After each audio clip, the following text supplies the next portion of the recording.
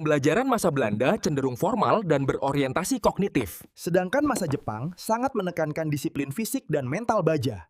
Kau bedah sesuatu yang menarik banget hari ini. Gimana caranya dua penjajah, Belanda dan Jepang, pakai sekolah bukan buat bikin pinter, tapi sebagai alat kekuasaan di Indonesia. Kita bakal lihat agenda di balik papan tulis mereka. Langsung aja kita mulai ya. Coba deh, kita mulai dengan pertanyaan mendasar ini. Sekolah itu buat apa sih? Buat membuka wawasan? Atau di tangan penjajah, jangan-jangan sekolah itu jadi alat paling efektif buat ngendaliin kita semua ya? Nah, ini dia peta perjalanan kita. Pertama, kita lihat dulu gimana pendidikan jadi senjata penjajah. Terus kita dalemin sistem kasta zaman Belanda, lalu kita banting setir ke pendidikan serba militer ala Jepang. Setelah itu, kita adu keduanya. Dan terakhir, kita bongkar warisan yang mereka tinggalin yang mungkin gak pernah mereka duga. Oke, biar jelas dari awal ya.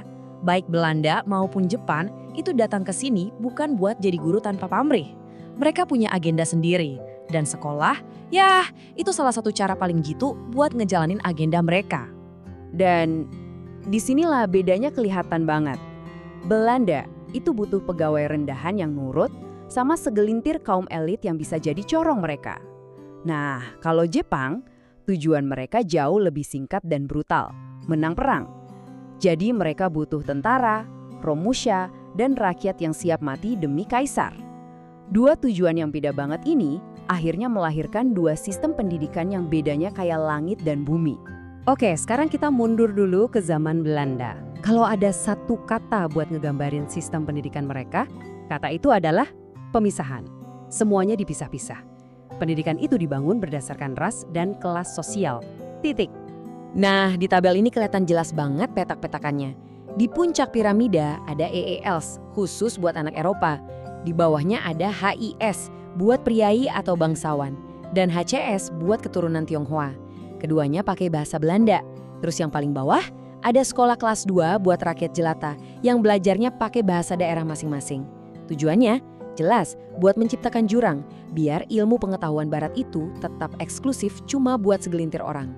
Kritik super tajam ini datang dari siapa lagi kalau bukan bapak pendidikan kita, Ki Hajar Dewantara.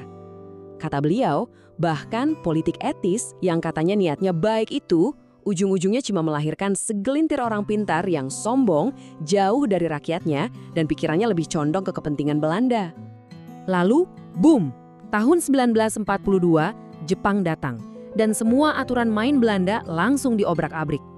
Jepang gak cuma ngambil alih pemerintahan, mereka rombak total sistem pendidikan yang udah ratusan tahun dibangun sama Belanda.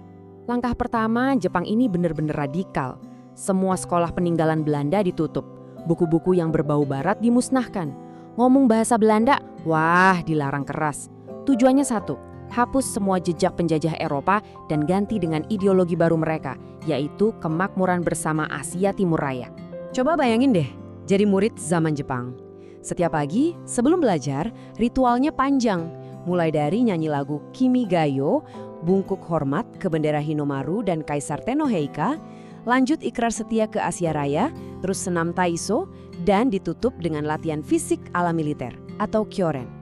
Pelajaran di kelas jadi nomor 2, yang paling penting itu indoktrinasi dan latihan perang. Nah, beda banget sama Belanda yang sistemnya ribet dan berlapis-lapis. Jepang justru bikin sistem yang lebih simpel. Semua sekolah dasar digabung jadi satu, namanya sekolah rakyat atau Kokumin-gakko. Sistem inilah yang jadi cikal bakal SD, SMP, dan SMA kita sekarang. Di atas kertas, ini kelihatan bagus karena menghapus diskriminasi. Anak petani, anak bangsawan, semua masuk ke sekolah yang sama. Oke, kita udah lihat masing-masing sistemnya. Sekarang, waktunya kita adu, kita bandingin head to head, biar makin jelas perbedaannya. Slide ini ngerangkum semuanya dengan jelas. Struktur Belanda yang penuh sekat dan kasta diganti sama Jepang yang terpadu dan simpel. Akses pendidikan yang tadinya cuma buat kaum elit, sekarang dibuka buat semua. Bahasa Belanda yang eksklusif diganti sama bahasa Indonesia sebagai bahasa pengantar resmi, walaupun bahasa Jepang jadi pelajaran wajib ya. Dan yang paling penting, tujuannya geser total, dari nyetak pegawai kantoran jadi nyetak prajurit perang. Kelihatannya sistem Jepang ini lebih demokratis ya, karena semua orang boleh sekolah. Tapi, ada tapinya nih. Di balik itu semua, ada harga mahal yang harus dibayar. Kualitas pendidikan justru anjlok parah. Kita lihat datanya aja deh, dan ini lumayan bikin kaget. Di zaman Jepang, jumlah siswa sekolah dasar itu turun sampai 30%. Bayangin, hampir setiga anak-anak tiba-tiba nggak sekolah lagi. Mungkin karena krisis ekonomi, atau ya itu tadi, dipaksa kerja dan ikut latihan militer. Dan kalau angka tadi kalian pikir udah parah, coba lihat yang ini. Jumlah siswa di sekolah menengah itu merosot sampai 90%. 9 dari 10 siswa hilang. Ini bukan lagi penurunan, ini kehancuran. Satu generasi terpelajar hampir lenyap. Bukan cuma siswanya yang hilang, gedungnya juga. Jumlah sekolah turun drastis. Dari yang tadinya ada sekitar 21.500 sekolah di akhir era Belanda, pas Jepang pergi, tinggal 13.500-an. Fokus Jepang ke perang bener-bener ngancurin infrastruktur pendidikan kita. Terus, apa dong warisan dari dua sistem yang bertolak belakangin ini? Nah, disinilah bagian paling ironisnya. Keduanya tanpa sengaja ninggalin warisan yang nggak pernah mereka rencanakan sama sekali.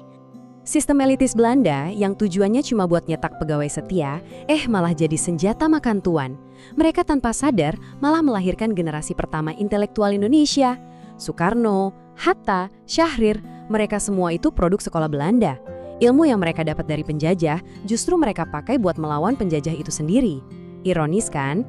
Nah, kalau Jepang dengan kebijakannya yang anti Barat, secara nggak sengaja malah ngasih hadiah terbesar buat persatuan Indonesia. Dengan melarang bahasa Belanda dan ngejadiin bahasa Indonesia sebagai bahasa pengantar di semua sekolah, mereka mempercepat penyebaran bahasa nasional kita ke seluruh pelosok. Sesuatu yang jadi pondasi super penting buat negara kita. Jadi, kita tutup dengan pertanyaan ini. Sistem Belanda yang melahirkan otak-otak di balik kemerdekaan kita, atau sistem Jepang yang secara nggak langsung ngasih kita bahasa persatuan? Kira-kira sistem mana yang dampaknya, meskipun tanpa disengaja, paling ngebentuk Indonesia yang kita kenal sekarang? Coba deh kita renungkan bareng-bareng. Terima kasih sudah menyimak.